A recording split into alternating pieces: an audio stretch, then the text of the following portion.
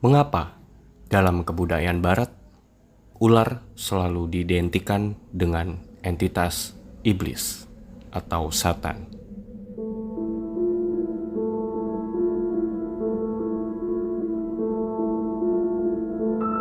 Dalam tradisi Alkitab, ular adalah representasi dari iblis atau Satan, bapa dari segala dusta dan simbol dari kejahatan sejati.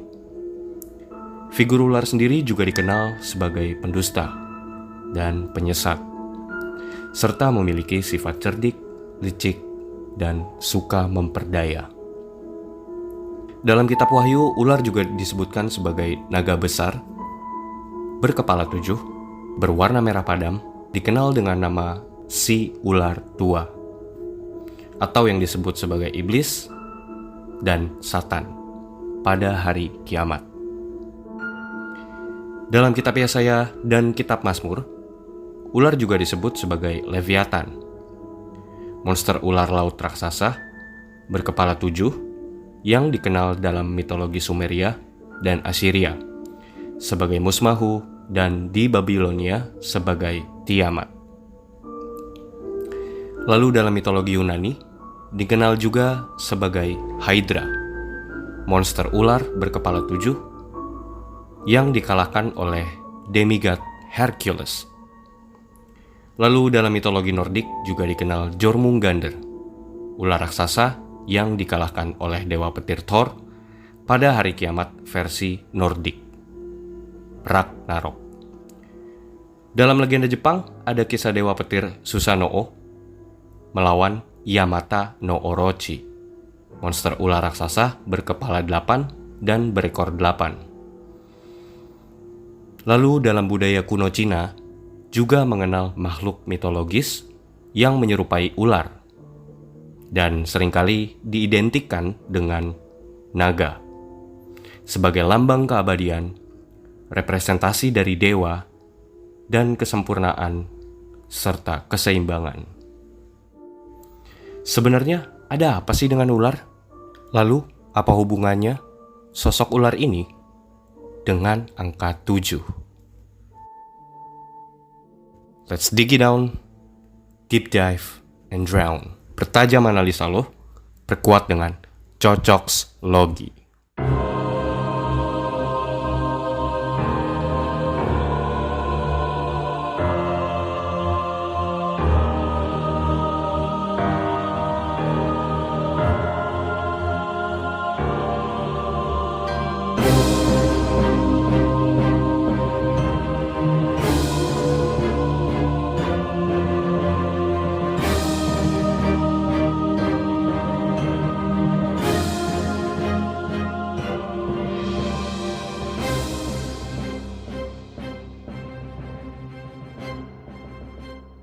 Yo guys, ketemu lagi dengan gue Vincent di Konspirasi Ngopi. Seruput dulu kopinya. Nah, enak banget nih. Halo guys, gimana kabarnya? Pertama-tama gue mau ngucapin selamat menjalankan ibadah puasa buat saudara-saudara gue yang beragama muslim. Semoga puasanya bisa menjadi berkah. Amin. Nah, ini seru banget nih guys. Nih, sekarang gue lagi nggak sama Randy, seperti yang tadi gue sebutkan di opening. Kalau lu nggak denger nama Randy, berarti nggak ada Randy, lagi nggak ada Randy. Belakangan itu gue lagi ngedalamin nih soal suatu sekte atau suatu persaudaraan, atau bisa dibilang sebagai suatu perkumpulan rahasia yang paling pertama dan tertua di dunia. Ya, kita tahu sendiri ya, sekte-sekte atau perkumpulan rahasia di dunia itu kan sangat identik dengan Freemason misalnya, atau Illuminati gitu. Tapi yang satu ini lebih tua lagi dan sudah ada dari sejak zaman purbakala. Bahkan dari zaman manusia mula-mula gitu. Nah, tapi ini menarik ya. Maksudnya ini mungkin adalah salah satu konten atau mungkin satu-satunya konten yang sebenarnya tidak ada hubungannya dengan tema-tema bulan puasa ya sebenarnya. Ya udahlah. Ini biar jadi pembeda aja sih ketika semua konten itu berlomba-lomba untuk membuat konten tematik sesuai dengan bulan puasa. Gua di sini malah berbeda sendiri gitu. Ya maksud gue kenapa enggak juga ya kan. Toh juga ketika Natal nggak ada juga tuh. Semua orang nggak berlomba-lomba tuh untuk membuat tema Natal gitu kan. Tapi ya udahlah ya. Nah, sebelum gue masuk teman-teman ngopi semua, gue mau ngasih tahu beberapa disclaimer atau terms and condition untuk kalian semua sebelum mendengarkan episode podcast kali ini. Terms and condition yang pertama. Di dalam pembahasan kali ini, gue akan sangat banyak dan sangat sering menggunakan referensi dari ayat-ayat Alkitab, serta referensi-referensi yang sangat dekat dengan ajaran kekristenan. Nah, kenapa? Karena menurut gue, pendekatan ini adalah pendekatan yang paling make sense dan paling mudah untuk mengkajinya. Yang kedua, di sini gue tidak bermaksud untuk mendiskreditkan atau menyudutkan suatu ajaran atau golongan tertentu. Di sini gue hanya pure mengambil referensi sebagai hal yang gue perlukan untuk mengkaji apa yang akan gue ungkapkan di dalam pembahasan gue kali ini. Nah, sampai di sini, buat lo semua, buat anda semua, buat kalian semua yang masih mendengarkan, gue menganggap kalian semua setuju dengan terms and condition yang tadi udah gue ungkapkan. Yuk, bisa yuk. Nah, seperti yang tadi udah gue singgung di opening tadi. BTW ngomong-ngomong opening gue keren gak tadi? Gue udah mirip sama kayak YouTuber profesional belum? Udahlah ya kali ya. Coba tinggalin komen lu di bawah openingnya gimana. Keren gak? Nah, pembahasan kali ini bakal seru banget guys. Bakal seru banget. Dan ini bener-bener gue riset, gue dalemin untuk gue persembahkan buat teman-teman ngopi semua yang sedang menunggu-nunggu episode konspirasi ngopi tentunya. Oke, tanpa berlama-lama lagi, kita langsung masuk ke materi. Materi atau tema kali ini sangat berhubungan dengan konten YouTube kita yang baru aja kita rilis terakhir di channel YouTube Konspirasi Ngopi tentang sejarah Illuminati.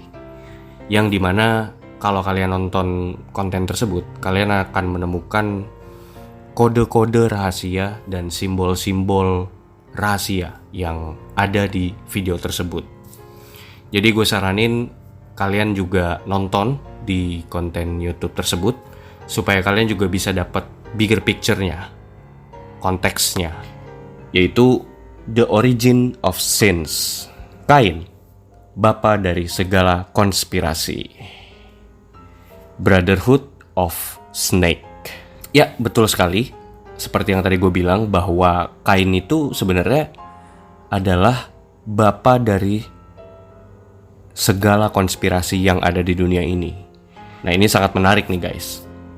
Nah, buat yang kurang familiar dengan nama orang ini, Kain, sebenarnya Kain ini adalah saudaranya Habel.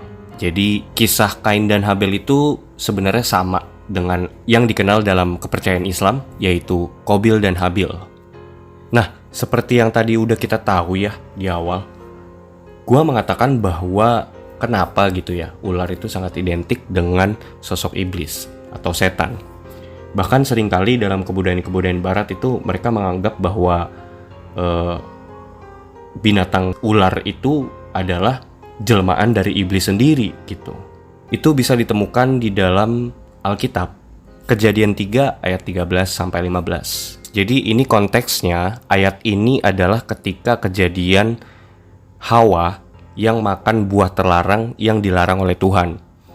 Nah, kalau di dalam Alkitab sendiri, yang menyuruh atau yang menggoda Hawa untuk makan buah itu dan memberikan kepada si Adam itu adalah ular, sosok ular. Kurang lebih nih adalah kejadian ketika setelah Hawa makan buah dan Adam memakan buah itu. Di sini gue akan bantu bacain buat kalian semua ya guys. Dalam versi terjemahan baru, kemudian berfirmanlah Tuhan Allah kepada perempuan itu, apakah yang telah kau perbuat ini? Jawab perempuan itu, ular itu yang memperdayakan aku, maka kumakan. Lalu berfirmanlah Tuhan Allah kepada ular itu, karena engkau berbuat demikian, terkutuklah engkau di antara segala ternak dan di antara segala binatang hutan. Dengan perutmu lah engkau akan menjalar dan debu tanahlah akan kau makan seumur hidupmu. Aku akan mengadakan permusuhan antara engkau dan perempuan ini, antara keturunanmu dan keturunannya. Keturunannya akan meremukkan kepalamu dan engkau akan meremukkan tumitnya. Nah, jadi sebenarnya di ayat ini dijelaskan bahwa mengapa ada perseteruan atau permusuhan antara manusia dengan sosok ular. Gua tekankan lagi ya di dalam ayat tadi bahwa dikatakan aku akan mengadakan permusuhan. Aku ini adalah Tuhan ya guys.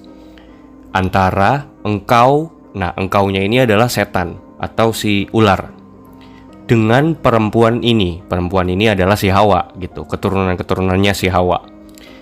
Antara keturunanmu ini yang dimaksud adalah keturunannya si setan, dan keturunannya ini yang dimaksud adalah si Hawa.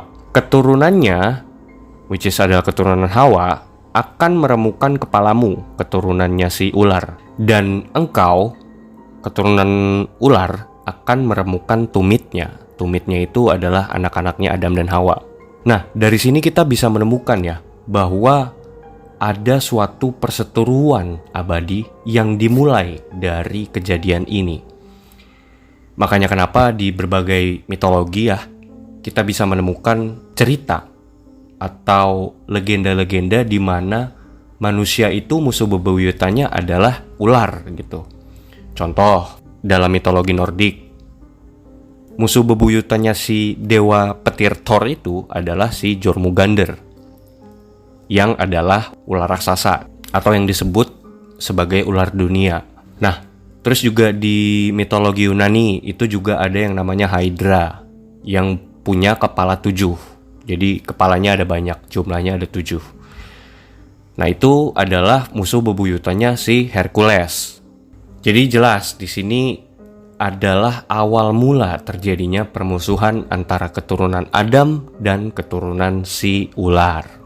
Adam itu adalah keturunan berkat dan ular itu adalah keturunan kutuk. Nah, ini bakal jadi seru banget nih guys. Dari sini ceritanya berlanjut guys, sampai di kisah Kain dan Habel, yang seperti tadi gue bilang, bahwa dalam kepercayaan Islam dikenal sebagai Qabil dan Habil, anak dari pasutri pertama di dunia, Adam dan Hawa, atau yang dikenal sebagai Adamis dan Hevas dalam epos Mahabharata. Di sini gue akan ngebawain ayat Alkitab dari Kejadian 4 ayat 2-16. Ini gue bacain aja supaya kalian bisa dapat konteks dan gambaran jelasnya ya guys. Selanjutnya dilahirkannya lah Habel, adik dari Kain. Dan Habel menjadi gembala, kambing domba, dan Kain menjadi petani. Setelah beberapa waktu lamanya, maka Kain mempersembahkan sebagian dari hasil tanah itu kepada Tuhan sebagai korban persembahan. Habel juga mempersembahkan korban persembahan dari anak sulung kambing dombanya, yakni lemak-lemaknya. Maka Tuhan mengindahkan Habel dan korban persembahannya itu. Tetapi Kain dan korban persembahannya tidak diindahkannya. Lalu hati Kain menjadi sangat panas dan mukanya muram. Nah, dari ayat ini ditemukan bahwa dosa iri dan dengki.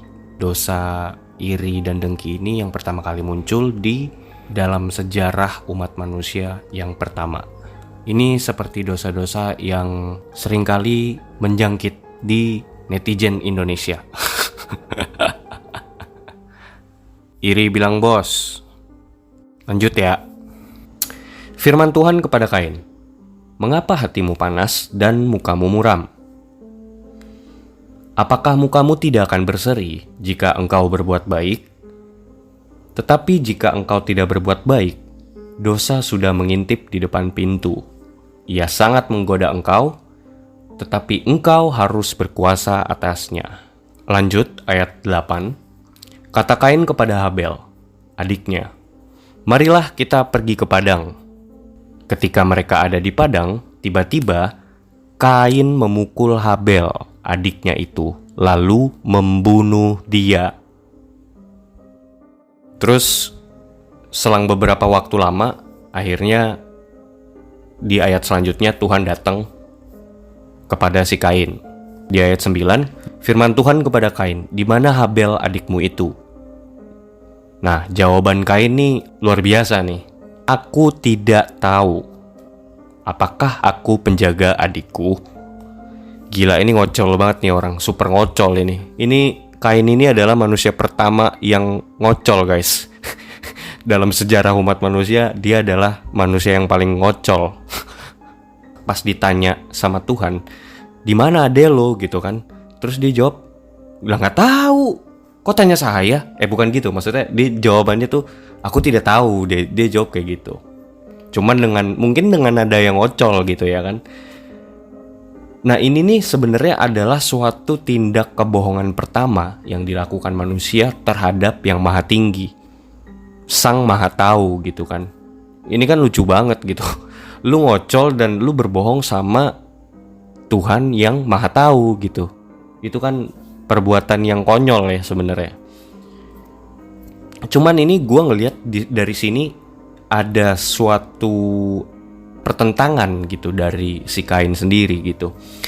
Dan ini kan sebenarnya merupakan natur dari sifatnya si Satan atau iblis yang dikenal sebagai bapa dari segala pendusta gitu. Lanjut di ayatnya yang ke-10, firman Tuhan, apakah yang telah kau perbuat ini? Darah adikmu itu berteriak kepadaku dari tanah. Gue ulangi, darah adikmu itu, Habel, berteriak kepadaku dari tanah. Maka sekarang terkutuklah engkau, terbuang jauh dari tanah yang mengangakkan mulutnya untuk menerima darah adikmu itu dari tanganmu. Apabila engkau mengusahkan tanah itu, maka tanah itu tidak akan memberikan hasil sepenuhnya lagi kepadamu. Engkau menjadi seorang pelarian dan pengembara di bumi. Kata Kain kepada Tuhan, hukumanku itu lebih besar daripada yang dapat kutanggung. Nah, ini coba gue jelasin dikit ya guys. Dikatakan bahwa darahnya Habel itu berteriak-teriak kepada Tuhan dari tanah. Darah yang tertumpah di tanah itu berteriak kepada Tuhan. Nah, di sini terjadi suatu kutukan guys. Kutukan yang diberikan kepada Kain dari Tuhan gitu. Dikatakan bahwa apabila Kain mengusahakan tanah itu, maka tanah itu tidak akan memberikan hasil sepenuhnya lagi kepadamu. Kain ini adalah petani guys. Tapi di ayat ke-13 ini lagi-lagi Kain di sini tuh ngocol. Dia di sini tuh kayak ngejawab gitu. Hukumanku itu lebih besar daripada yang dapat kutanggung, katanya si Kain kepada Tuhan. Nah, ini nih sebenarnya adalah dosa pembantahan atau dosa pembelaan diri. Seperti para koruptor yang ketahuan korupsi di Los Santos ya guys. Nah, ini gue lanjut guys di ayat yang ke-14. Engkau menghalau aku sekarang dari tanah ini dan aku akan tersembunyi dari hadapanmu, seorang pelarian dan pengembara di bumi. Maka barang siapa yang akan bertemu dengan aku, tentulah akan membunuh aku, kata Kain. Firman Tuhan kepadanya, sekali-kali tidak barang siapa yang membunuh Kain akan dibalaskan kepadanya 7 kali lipat. Kemudian Tuhan menaruh tanda pada Kain supaya ia jangan dibunuh oleh barang siapapun yang bertemu dengan dia. Nah, di sini dikatakan bahwa Kain ini khawatir gitu. Karena kan setelah dia dikutuk dari tanah itu, artinya dia harus keluar dari tanah itu. Makanya di sini Tuhan mengadakan suatu sumpah yang diiringi oleh kutuk yang tadi udah diberikan Tuhan kepada Kain. Barang siapa yang membunuh Kain akan dibalaskan 7 kali lipat. Nah, ini menarik nih. Pembalasan 7 kali lipat dalam bahasa Inggrisnya itu avenged sevenfold. Sebagai tanda dari sumpah tersebut, makanya Tuhan memberikan tanda nih, mark gitu kepada Kain. Mungkin gue juga nggak tahu lebih tepatnya tandanya itu tanda seperti apa, apakah tato atau apa gitu. Cuman mungkin diletakkan di dahinya ya, mungkin ya, gue juga nggak tahu gitu. Nah, lalu di ayat selanjutnya, lalu Kain pergi dari hadapan Tuhan dan ia menetap di tanah Nod di sebelah timur Eden. Nah, sempat gue searching, Nod itu adalah tanah pengembaraan dan pengasingan, arti dari tanah Nod itu sendiri. Ini coba kita analisa ya secara spesifik. Kutukan apa yang dijatuhkan pada Kain si pembunuh? 1, tanah itu menolak Kain gitu. Jadi kutukan ini tuh lebih serius sebenarnya daripada kutukan yang dijatuhkan kepada Adam. Dulu kan Adam setelah memakan buah itu, Tuhan mengutuk dia untuk bersusah payah mendapatkan hasil dari tanah.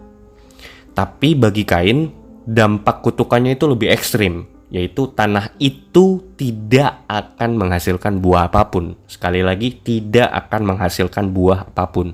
Kutukan yang kedua adalah dia dihalau dari bumi.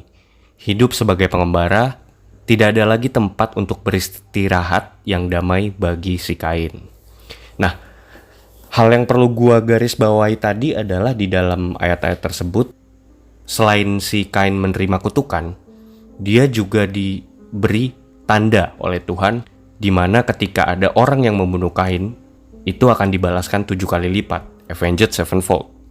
Nah, sebenarnya ini tuh berbicara tentang hutang dosa, yaitu membunuh si Habel. Hutang dosa ini akan dia wariskan dan dibawa sampai keturunannya yang ketujuh. Jadi keturunannya si Kain ini adalah keturunan yang mengemban dosa dari si Kain ini. Gitu kurang lebihnya. Makanya dikatakan di sini sebenarnya ada suatu kutuk 7 turunan. Nanti kita akan mengeksplor lebih jauh ya tentang kutuk 7 turunan ini. Tapi sebelum itu gue akan membawakan suatu informasi yang eksplisit dan spesifik mengenai suatu kejadian yang lengkap sebelum pembunuhan Habel dalam kitab ajaran Mormonisme. Nah, di sini gue juga mau disclaimer, mohon jadikan informasi ini sebagai referensi. Ini tidak patut untuk dipercayai, ya. Dalam kitab ajaran Mormonisme, kitab Musa bab 5 ayat 28 sampai 31. Ini gue akan ngebacain dari bahasa Inggrisnya, lalu gue akan translate ke dalam bahasa Indonesia. And it came to pass that Cain took one of his brothers, doctor's wife, and they loved Satan more than God. Dikatakan bahwa Kain mengambil anak perempuan dari saudaranya, yang kemungkinan adalah anak perempuan dari Habel, untuk dijadikan istri. Gila, jadi ternyata selain si Habel dibunuh, kalau menurut ajaran Mormonisme ini, si Kain ini mengambil keponakannya untuk dijadikan istri gitu. Karena kan sebenarnya banyak ya bergulir cerita atau pertanyaan di internet, sebenarnya siapa sih istrinya dari Kain gitu. Nah, di dalam kitab ajaran Mormon ini dijawab bahwa istrinya Kain adalah anaknya dari Habel gitu. Nah, dikatakan juga di dalam ayat tersebut bahwa kedua pasangan suami istri ini itu lebih mencintai Satan, si ular, ketimbang Tuhan gitu. Kita lanjut.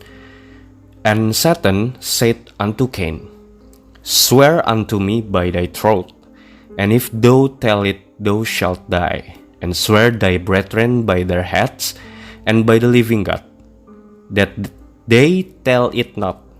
For if they tell it, they shall surely die. And this that thy father may not know it.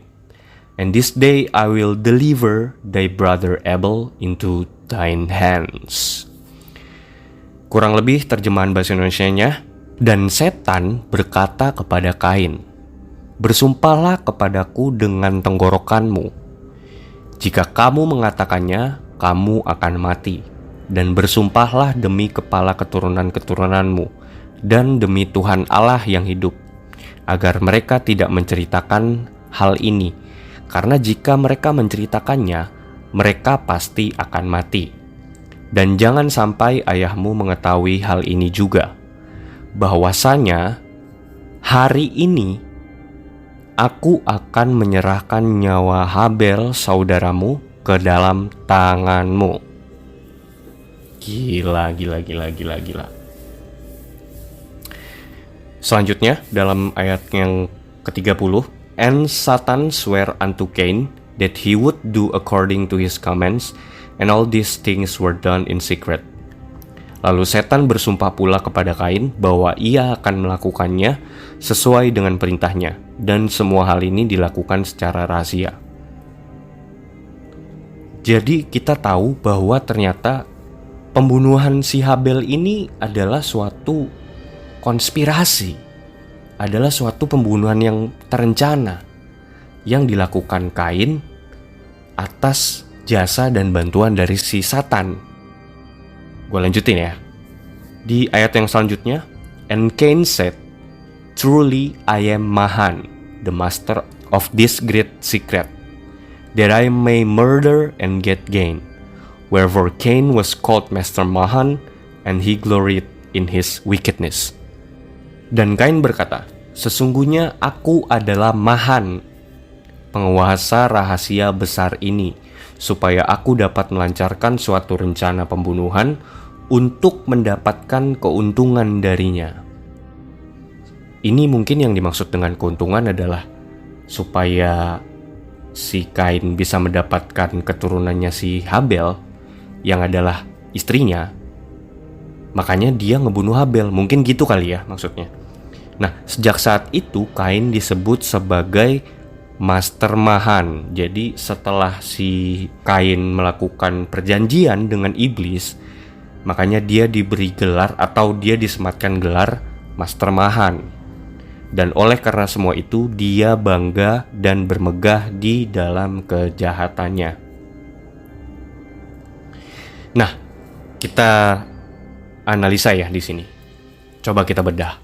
Dari referensi kitab kepercayaan orang-orang Mormonisme, di sini kita menemukan suatu konspirasi tertua dan persengkongkolan rahasia pertama dalam sejarah manusia, yaitu suatu usaha pembunuhan berencana terhadap Habel yang dilakukan oleh Kain dengan bantuan jasa dari si ular atau Satan. Bahwa dalam literasi tersebut dikatakan pemegang rahasia konspirasi persengkokolan tersebut itu diberi gelar sebagai Master Mahan, yang bisa diartikan sebagai orang yang melakukan perjanjian pertama dengan si iblis. Jadi mungkin istilah Master Mahan ini adalah gelar yang diberikan kepada orang yang melakukan perjanjian dengan iblis atau Satan atau ular. Nah, seiring waktu ketika gue cari tahu tentang apa sih sebenarnya Master Mahan ini, seiring waktu penyebutan gelar Master Mahan ini bergeser penggunaannya dan bergeser penyebutannya yang tadinya Master Mahan menjadi Master Mason.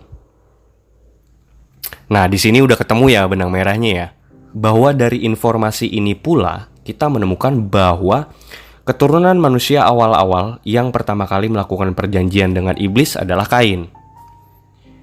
Nah, sebenarnya perjanjian Kain dan iblis ini berlaku sampai 7 turunan bersamaan dengan kutukan Tuhan yang juga ikut diwariskan sampai 7 generasi setelahnya.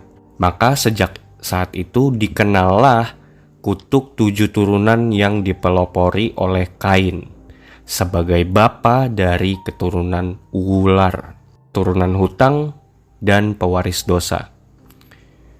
Ya, bisa dikatakan Kain ini adalah bapa dari segala konspirasi sih. Bapa dari konspirasi tertua di dunia. Nah, ini menarik nih. Sebelum kita masuk ke dalam kutuk 7 turunan ini, gue mau ngejelasin sedikit tentang darah. Ketika si Kain membunuh Habel, itu kan dikatakan bahwa darahnya Habel itu kan berteriak-teriak kepada Tuhan. Seolah-olah darahnya itu meminta pembalasan gitu ya. Nah, bicara mengenai darah, ini menarik nih.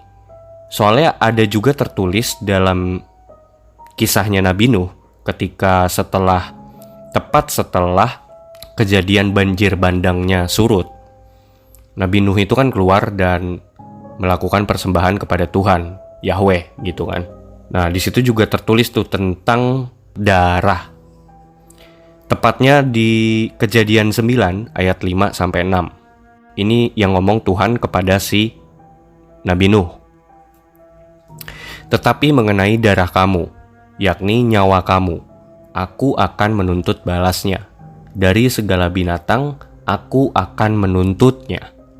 Dan dari setiap manusia, aku akan menuntut nyawa sesama manusia. Siapa yang menumpahkan darah manusia, darahnya akan tertumpah oleh manusia, sebab Allah membuat manusia itu menurut gambarnya sendiri. Nah, dari sini kita tahu ya bahwa sebenarnya ada suatu hukum yang paling tua bahkan sebenarnya. Ini adalah hukum yang paling dulu gitu dari Tuhan yang diberlakukan kepada keturunan-keturunan manusia, yaitu suatu keadilan, yaitu suatu keseimbangan gitu. Bahwa dikatakan kalau misalnya ada orang yang menumpahkan darah seseorang, maka orang tersebut juga harus ditumpahkan darahnya. Hukum timbal balik gitu loh. Nah, makanya ini menjelaskan ketika kejadian si Kain itu mau diusir dan cabut dari tanah orang tuanya itu, Adam dan Hawa, Tuhan mengadakan sumpah itu kepada Kain bahwa jika ada yang membunuh Kain selama 7 generasi Kain, maka akan berlaku sumpah itu, yaitu orang yang membunuh Kain akan dibalaskan 7 kali lipat, avenged sevenfold. Nah, kembali lagi ke soal darah. Sebenarnya darah adalah kurensi yang paling sakral dalam dunia roh ya. Bisa dikatakan bahwa ketika Habel dibunuh, ketika darahnya itu tertumpah, ketika darahnya itu berteriak-teriak kepada Tuhan, itu kayak seolah-olah tuh darahnya berteriak meminta suatu keadilan, suatu justice, dan pembalasan. Nah, ini gue kalau ngomongin soal darah nih agak merinding nih, karena ini hubungannya sama dunia spiritual dan roh ya. Karena seperti yang tadi udah gue bilang bahwa darah itu adalah kurensi yang paling sakral dalam dunia roh. Nah, makanya ini menjelaskan ketika suatu tanah itu pernah terjadi pertumpahan darah atas suatu kejadian yang sengaja ataupun tidak sengaja. Dan biasanya kejadian ini tuh janggal dan tidak wajar gitu. Misalnya kejadian kecelakaan atau bunuh diri, atau penumbalan, pengorbanan darah atau manusia atau hewan, dan pesugihan. Makanya tanah itu akan menjadi tempat yang dikutuk. Kenapa? Karena seperti yang tertulis dalam Alkitab tadi bahwa ketika darah itu tertumpah, darah itu akan berteriak-teriak meminta keadilan dan pembalasan. Darah itu langsung berteriak kepada Tuhan bahkan. Alkitab ya, itu dijelaskan bahwa ketika ada darah tertumpah di atas suatu tanah, tanah itu menjadi terkutuk. Ini sama seperti kejadian Yudas Iskariot. Ketika Yudas Iskariot mengkhianati Yesus. Nah, dia kan diketahui itu kan gantung diri di sebuah pohon kan.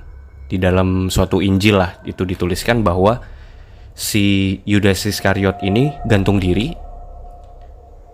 Terus kayak sampai perutnya itu sobek, sampai keluar semua isinya, isi perutnya itu, dan terburai. Nah, di situ terjadi pertumpahan darah. Nah, orang-orang di sekitaran situ yang tinggal di daerah situ itu menamakan tempat itu tempat terkutuk gitu. Karena kejadian bunuh dirinya si Yudas Iskariot itu. Nah, makanya ini menjelaskan nih, ketika tanah tersebut tertumpah darah, suatu kejadian yang tidak wajar atau janggal, maka tanah tersebut akan terkutuk dan selalu meminta korban dengan cara yang tidak wajar juga, dengan kejadian yang hampir serupa.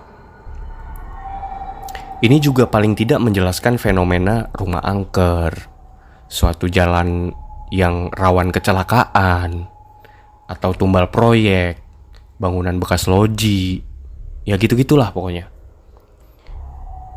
Kalian pernah gak sih denger cerita kalau kayak ada suatu jalan yang rutin, entah kayak setahun tuh beberapa kali, itu jalan itu tuh kayak minta tumbal gitu.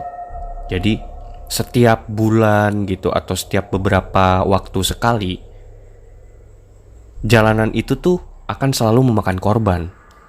Sampai jalanan itu tuh dikasih rambu rawan kecelakaan. Nah, biasanya tempat-tempat kayak gitu tuh bakal dicap sama orang-orang sekitar dan bakal jadi cerita rakyat tuh bahwa jalanan tersebut emang jalan peminta tumbal. Terus juga kalian pernah dengar gak sih bahwa kayak ada suatu cerita di mana ada suatu bangunan atau rumah yang suka terjadi kejadian yang hampir sama, berulang-ulang dan terus-menerus gitu. Ya mungkin rentang waktunya tuh bisa misalnya 6 tahun sekali, atau mungkin bahkan bisa sampai 1 tahun sekali. Itu terjadi suatu kejadian yang tidak wajar, tapi dengan pattern yang sama. Misalnya ya, contoh gitu. Misalnya di dalam bangunan itu dulu pernah ada orang bunuh diri, lompat dari jendela gitu misalnya. Anjing, gue ngomongin ini langsung merinding. Nah, ntar 2 tahun atau 3 tahun lagi ketika ada orang baru yang menempati tempat itu, bangunan itu juga akan ada kejadian bunuh diri lagi, tapi dengan cara yang sama, loncat dari jendela lagi. Dan bakal gokil banget kalau misalnya kejadiannya di jendela itu juga gitu. Itu ngeri banget sih guys. Tapi ada cerita-cerita kayak gitu tuh ada aja gitu di tersebar gitu di masyarakat kita. Nah, kalau untuk hal ini gue pernah ya denger dari salah satu konten kreator lah yang juga muncul di Noise.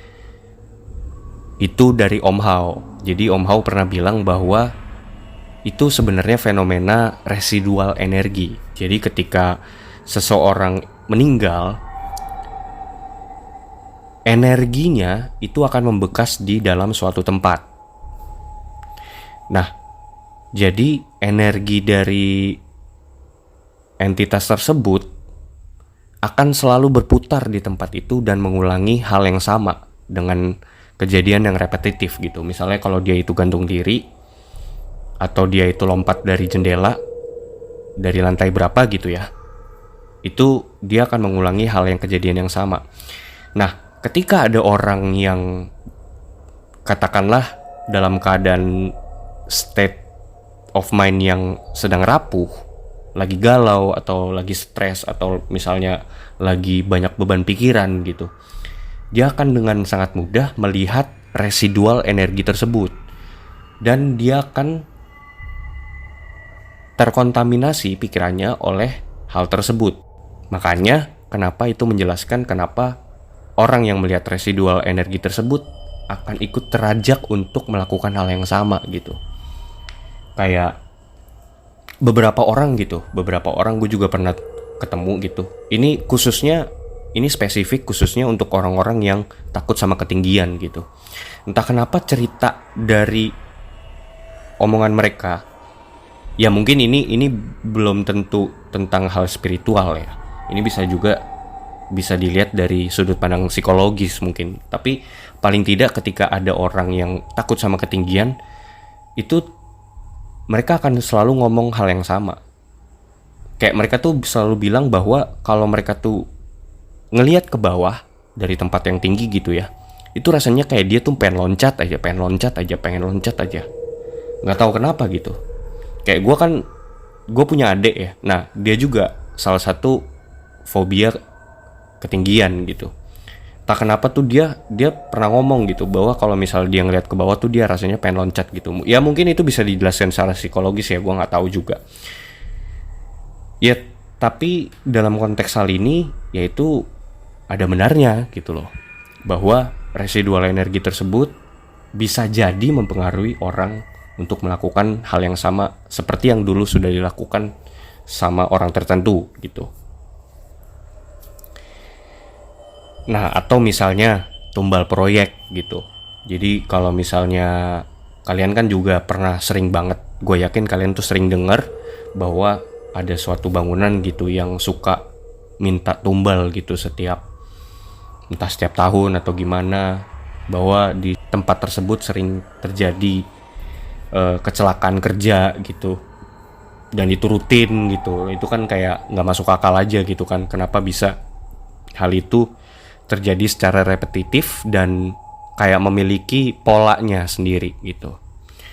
Nah itu paling tidak menjelaskan bahwa dalam konteks hal ini, itu menjelaskan bahwa darah itu sifatnya sakral.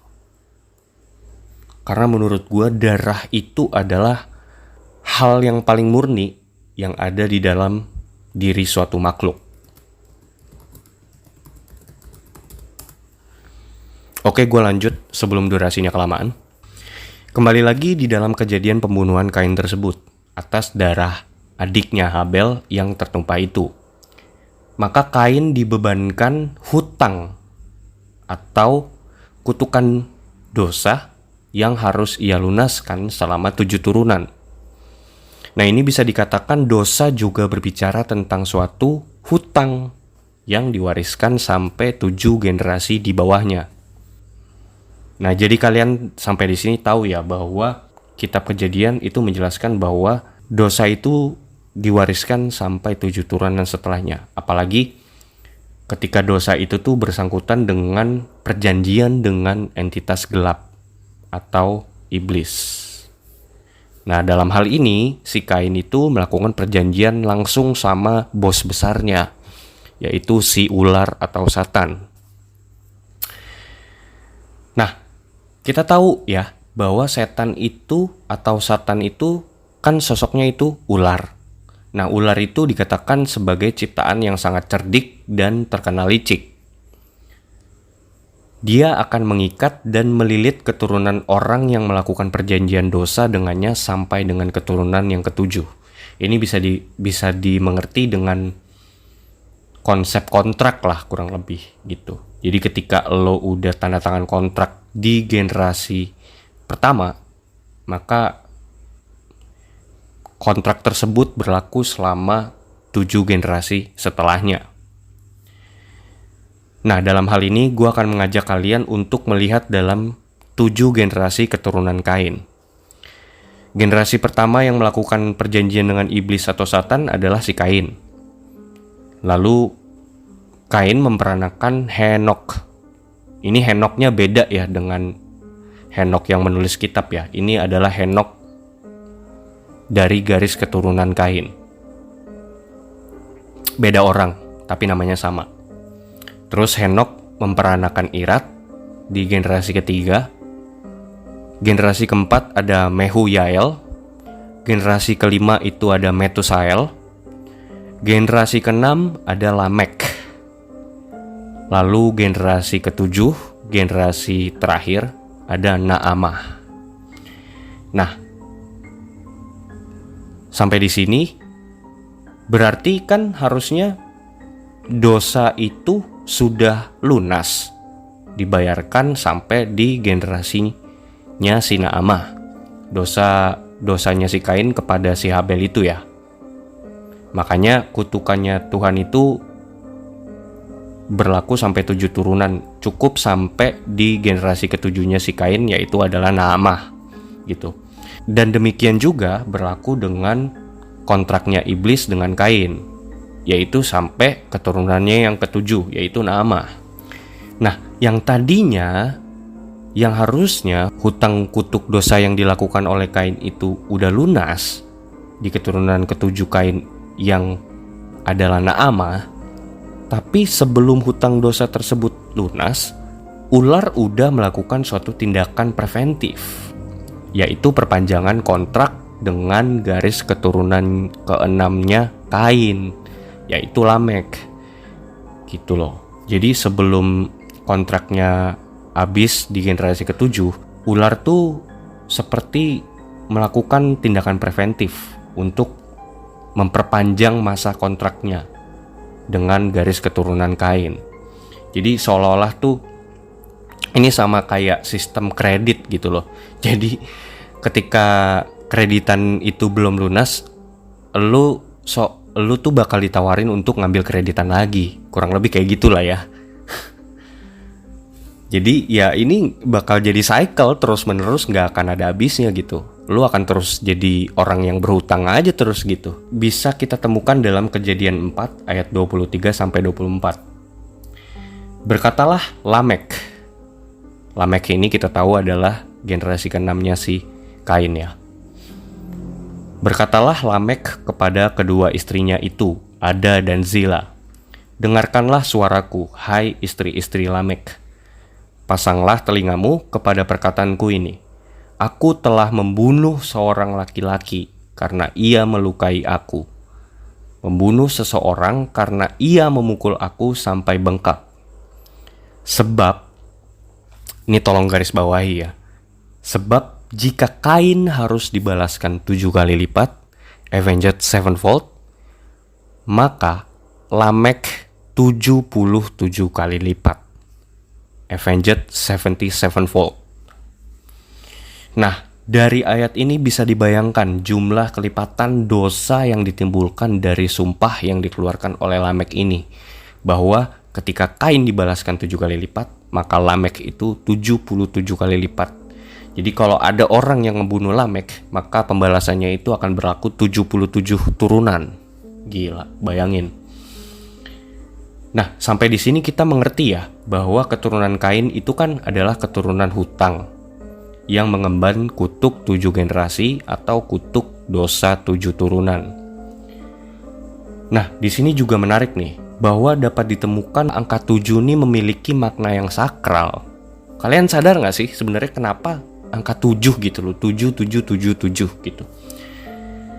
Nah, dalam dunia spiritual dan roh, entah kenapa, angka 7 itu memiliki posisi yang sakral di antara angka yang lain.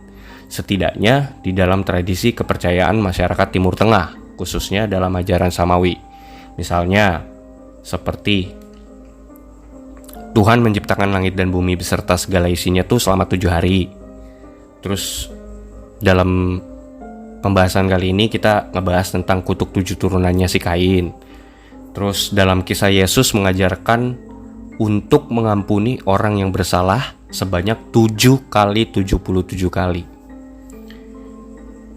Terus ada suatu kepercayaan, suatu gagasan tentang lapisan langit ketujuh atau 7 tingkatan surga yang dikenal dalam ajaran Samawi dan kepercayaan Mesopotamia kuno. Jadi di beberapa ajaran Samawi itu dipercaya bahwa langit itu ada 7 lapis. Bahkan ada yang bilang bahwa surga itu ada 7 tingkatan gitu. Gue juga pernah menemukan suatu informasi dikatakan bahwa ajaran Islam juga menjelaskan bahwa neraka jahanam itu memiliki 7 pintu. Terus, garis keturunan dari Adam, kalau dihitung itu sampai garis keturunannya Yesus, jadi kalau dihitung itu ada 77. Nah, ini menjelaskan suatu garis keturunan berkat. Kalau yang tadi kita kenal ada yang namanya garis keturunan kutuk, nah ini ada garis keturunan berkat atau garis keturunan penyelamatan. Nah, ini mungkin akan gue jelasin di lain kesempatan kali ya guys. Jadi dari sini entah kenapa kita menemukan bahwa angka 7 tuh identik dengan suatu yang sakral gitu loh. Nah, ini gue menemukan suatu informasi lagi nih guys, bahwa dikatakan 7 itu kan bahasa Inggrisnya itu adalah 7 gitu kan. Nah, 7 kalau ditarik dari bahasa aslinya, dari akar kata aslinya, itu adalah Sheva. Dan itu adalah bahasa Ibrani yang memiliki arti sumpah atau janji. Nah, ini menarik nih. Jadi ternyata angka 7 ini identik dengan makna sumpah atau janji atau perjanjian, yang dalam bahasa Inggrisnya covenant. Nah, apa sih hubungan 7, angka 7 ini, numerologi 7 ini dalam konteks pembahasan kali ini, yaitu kutuk 7 turunan. Nah, kita tahu ya bahwa keturunan Kain kan adalah keturunan hutang, son of debt, keturunan pewaris dosa, son of sins. Nah, dosa ini kita kan juga udah tahu bahwa dosa ini terjadi atas persengkongkolan Kain dengan si ular tua Satan atau iblis. Nah, di sini terlihat nih suatu koneksi antara kutuk 7 turunan itu dengan figur ular. Secara spesifik, figur ular itu banyak digambarin di berbagai kisah legenda dan mitologi, itu mempunyai kepala 7 gitu. Sama seperti di opening, kayak misalnya di kitab Wahyu itu dikatakan ular itu kan identik sama naga gitu ya. Naga pada merah yang memiliki kepala 7 dalam kepercayaan agama Kristen. Terus juga di dalam legenda Yunani, dalam epos Hercules melawan Hydra, ketika Hercules berhasil memotong satu kepala Hydra, maka dari setiap satu kepala yang terpotong itu akan tumbuh 2 kepala yang baru. Dan akan berlaku seterusnya. Nah, di sini berarti Hydra itu tuh punya ability untuk meregenerasi kepalanya untuk tumbuh ketika kepalanya putus gitu. Dan kayaknya Hydra ini bakal numbuhin kepalanya terus-menerus dan gak akan ada habisnya gitu. Nah, ini kalau kita mau ngomongin 7 kepala ini, itu berhubungan dengan perlambangan dosa gitu. Bahwa kepala Hydra yang dipotong sama Hercules dan tumbuh lagi itu disimbolkan sebagai siklus yang tiada akhir. Perlambangan dosa yang beregenerasi menjadi berlipat-lipat ganda. Hutang yang terus melilit dan terus berbunga menjadi suatu cycle yang akan terjadi terus-menerus. Suatu lingkaran setan yang akan terus berputar tidak ada habisnya. Makanya ini tuh juga bisa menjelaskan kenapa di berbagai mitologi ular disimbolkan sebagai siklus regenerasi dan keabadian. Seperti simbol Ouroboros, simbol kuno yang menggambarkan ular berada dalam lingkaran tertutup yang sedang memakan ekornya sendiri. Jadi kalau kalian search lambang Ouroboros atau simbol Ouroboros di internet, itu kalian akan melihat gambar ular yang melingkar di atas pagar. Bukan. Ular yang melingkar sedang memakan ekornya sendiri. Nah, Ouroboros sendiri dalam bahasa Yunani kuno secara harafiah dapat diartikan sebagai dia yang memakan ekornya sendiri. Simbol Ouroboros ini tuh banyak banget ditemukan di berbagai mitologi dunia. Contoh misalnya kayak di Mesir. Simbol si ular tua yang sedang memakan ekornya ini, itu tuh sebenarnya sudah ada sejak abad ke-13 sebelum Masehi, yang ditemukan di dalam ruangan suci bercorak emas dalam kuburan Tutankhamen alias Raja Tut dari Mesir. Nah, dalam konteks lokal Mesir, mereka menyimbolkan simbol ular yang sedang memakan ekornya sendiri itu adalah simbol repetisi, simbol pembaharuan, dan lingkaran waktu yang abadi. Terus simbol ini juga ditemukan di India, sebuah simbol siklus kehidupan, kematian, dan reinkarnasi bagi masyarakat India dalam kebudayaan Hindu dan peradaban Sungai Indus. Mereka mempercayai simbol ini itu seperti Sungai Indus yang mengalir kembali ke hulu seperti lingkaran, memungkinkan terjadinya pembaharuan, reinkarnasi, dan regenerasi. Kemudian simbol ini sebenarnya juga identik dengan simbol yang diagungkan dalam kebudayaan Tiongkok sebagai lambang harmoni antara dua kekuatan gelap dan terang yang bertolak belakang, namun mewakili keseimbangan, yaitu yin dan yang.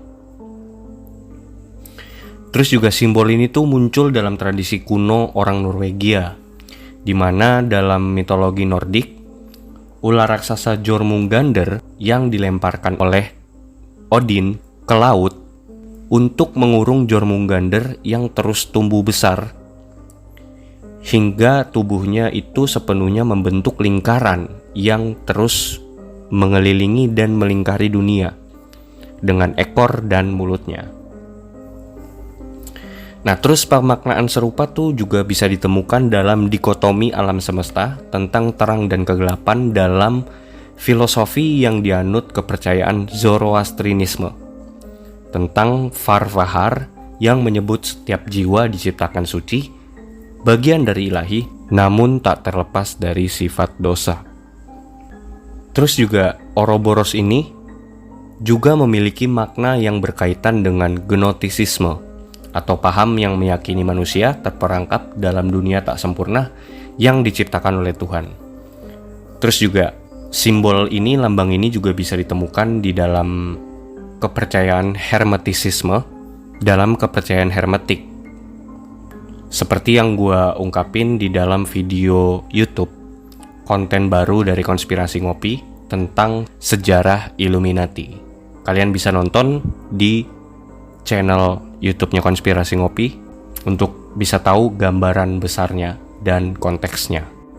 Nah, walaupun simbol ini tuh sepertinya diagung-agungkan gitu di berbagai mitologi dan peradaban dunia, tapi bagi gue pribadi ya, sebenarnya semua itu tuh tidak lebih hanya tipu muslihat yang dihadirkan oleh iblis atau si setan sebagai simbol pemakluman atas kejahatan dan dosa yang melekat dalam natur diri manusia. Secara pribadi, malah menurut gue ini merupakan simbol dari pertentangan dan perlawanan terhadap Tuhan yang Maha Kuasa. Nah, dari sini kita kembali lagi kepada kejadian Lamek tadi ya, tentang suatu rencana si ular Satan untuk melanjutkan keturunan dosa kutuk dengan generasi keenamnya si Kain, yaitu Lamek. Nah, gua menemukan ya suatu informasi spesifik dan detail tentang gambaran besar dari peristiwa yang terjadi dengan si Lamek. Kejadian ini diambil dari lagi-lagi dari kitab ajaran gereja Mormonisme. Tapi sekali lagi ya, gue disclaimer, tolong jadikan ini sebagai referensi karena gereja Mormonisme sendiri adalah aliran sesat.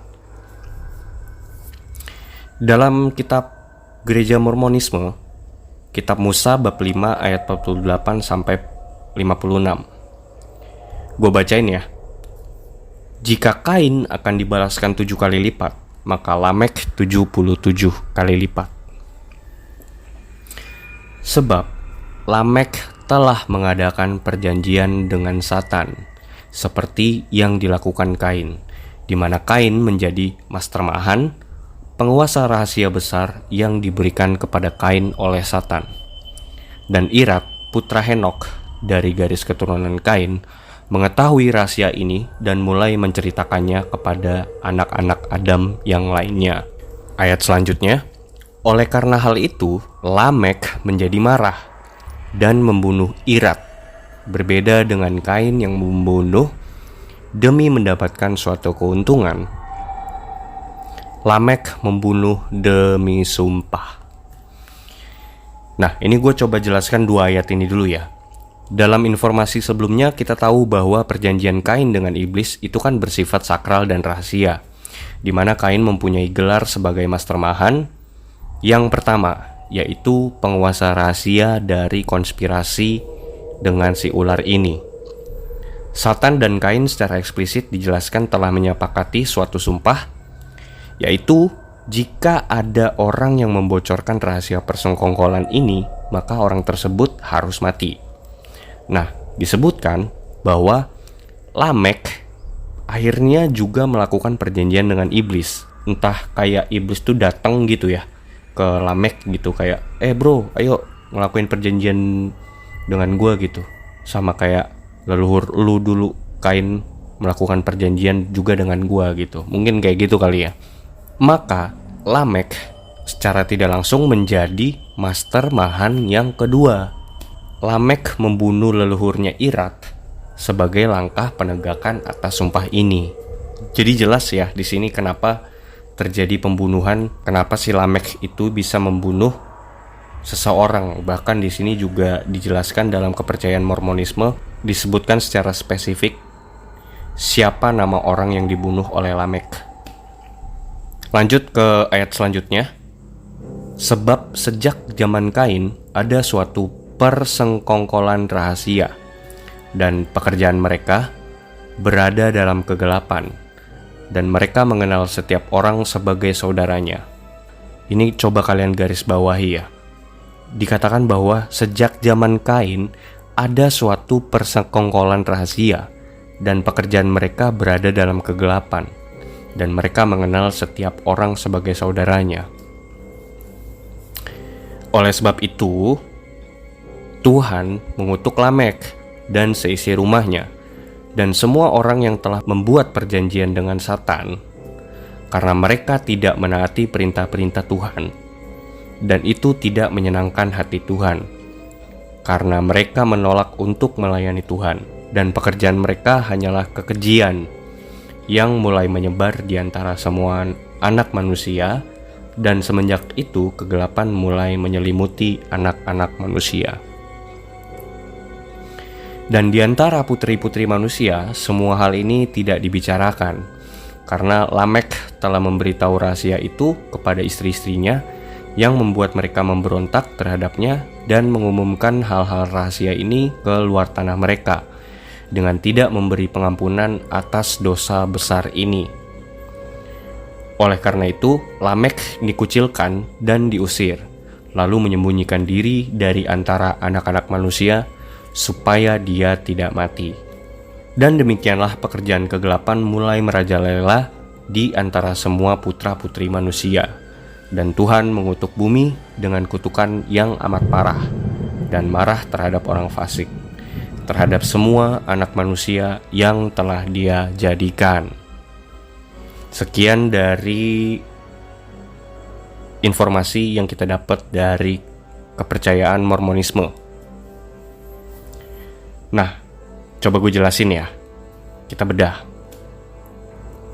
Dari informasi tadi dikatakan bahwa ada suatu golongan, suatu komplotan, perkumpulan atau persaudaraan rahasia yang udah ada sejak dari zaman Kain, dan bahkan dipelopori oleh Kain sendiri sebagai mastermahan atau yang kelak dikenal sebagai Master Mason, yaitu sebuah persaudaraan tertua di dunia yang menyimpan suatu rahasia atas suatu konspirasi dan perjanjian sakral dengan ular si Satan. Persaudaraan ini terdiri dari keturunan-keturunan Kain, keturunan kutuk yang mewarisi tanda yang diberikan Tuhan kepada Kain. Dalam bahasa Inggrisnya, Mark of Cain. Tanda ini sangat disakralkan oleh keturunan-keturunan ini. Dari sinilah mereka-mereka ini, keturunan dari Kain ini, yang juga disebut sebagai keturunan si ular, mereka mulai disebut sebagai Brotherhood of Snake. Cikal bakal suatu perkumpulan dan persaudaraan rahasia yang kelak di masa depan dikenal sebagai Freemason dan Illuminati. Teman-teman ngopi, jadi sampai di sini kita udah tahu ya. Kita tahu bahwa Brotherhood of Snake ini adalah secret societies yang udah ada dari zaman Kain. Bahkan Kain adalah pendirinya sendiri, bahkan bisa dikatakan kayak gitu ya. Karena Brotherhood of Snake ini adalah suatu perkumpulan, suatu persaudaraan dari keturunan-keturunan Kain yang adalah keturunan dosa atau kutuk, atas dasar perjanjian dengan si bosnya kejahatan atau si ular satan. Nah, Brotherhood of Snake ini itu akan terus ada dan menjadi influencer berbagai tindak kejahatan dan konspirasi-konspirasi yang ada di dunia. Jadi mereka itu gerakannya underground gitu loh, nggak kelihatan dan rahasia, secret societies gitu kan. Diteruskan sampai ke garis keturunannya Nuh, Nabi Nuh. Terus juga dibawa sampai ke bangsa Kanaan, ke Mesir, hingga sampai ke garis keturunan Raja Namrud, raja yang jahat, atau yang dikenal dalam biblical name-nya sebagai Nimrod, bapa dari peradaban Mesopotamia dan arsitek serta pendiri Menara Babel yang legendary. Ini semua bakal gue bahas di next episode. Nah, sedikit spoiler nih, beberapa poin yang akan gue bahas di next episode, yaitu bagaimana paham dan ajaran Brotherhood of Snake ini sampai juga dan digunakan oleh Raja Agung Herodes dalam masa pemerintahannya zaman Yesus.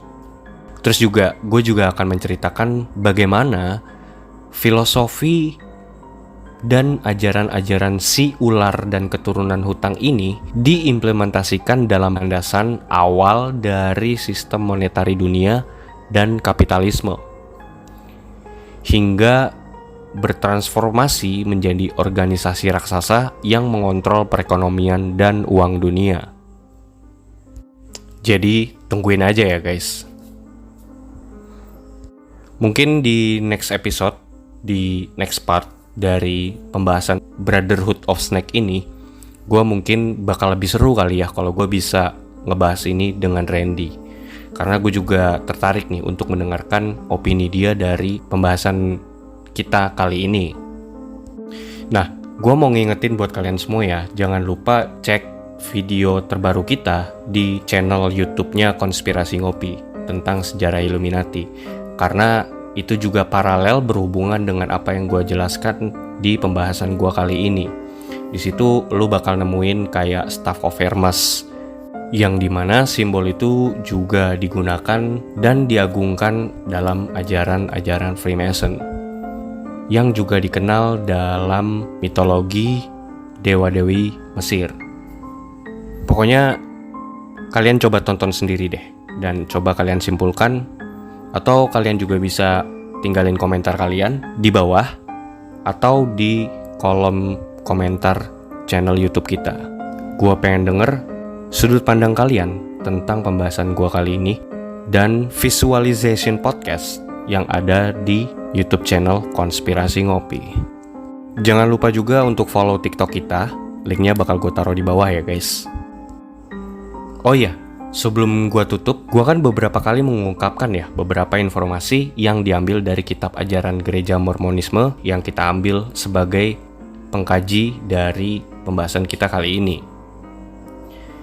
Nah, terus juga kan gue bilang ya bahwa gue mengatakan bahwa informasi ini tuh diambil dari sekte dalam tanda kutip yang memiliki ajaran sesat. Nah, tapi ketika mendengar hal itu, gue langsung kayak sinyal-sinyal konspirasi dan cocok logi gue itu berkedip-kedip tuh. Gue coba berasumsi bahwa apakah Mormon ini ada hubungannya nggak sih dengan Freemason gitu loh. Melewati beberapa riset, gue temuin bahwa ternyata memang Freemason dan Mormonisme ini itu saling berhubungan. Oke guys, sekian dari pembahasan kali ini tentang part 1 dari Brotherhood of Snake dan Origin of Sins, keturunan dari bapak konspirasi terbesar di dunia, Kain. Gue Vincent, mohon pamit undur diri. Kita ketemu di konten-konten selanjutnya. Konspirasi ngopi, seruput dulu kopinya.